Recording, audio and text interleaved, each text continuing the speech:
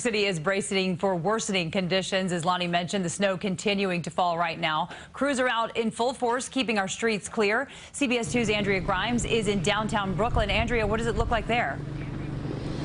Jessica, the snow's been coming down continuously for hours now. The wind is really what's making these conditions pretty unbearable. Let me step out of the way. You can see we're in downtown Brooklyn, just outside the Borough Hall subway station. I want to let you know a few main headlines here in New York City.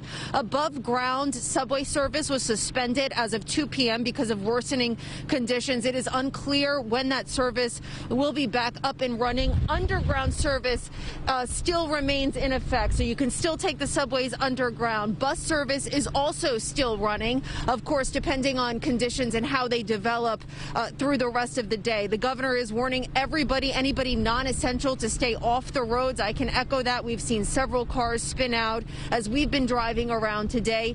In terms of Mayor de Blasio, he announced earlier today that in-person learning school buildings will be closed again tomorrow. It'll be all remote, and alternate side parking is suspended at least through Saturday. So as Lonnie said, stay in. If you're lucky enough to be inside, stay warm, stay off the roads. For now, reporting live in downtown Brooklyn, Andrea Grymes, CBS 2 News. Yeah, great advice, Andrea. Thank you.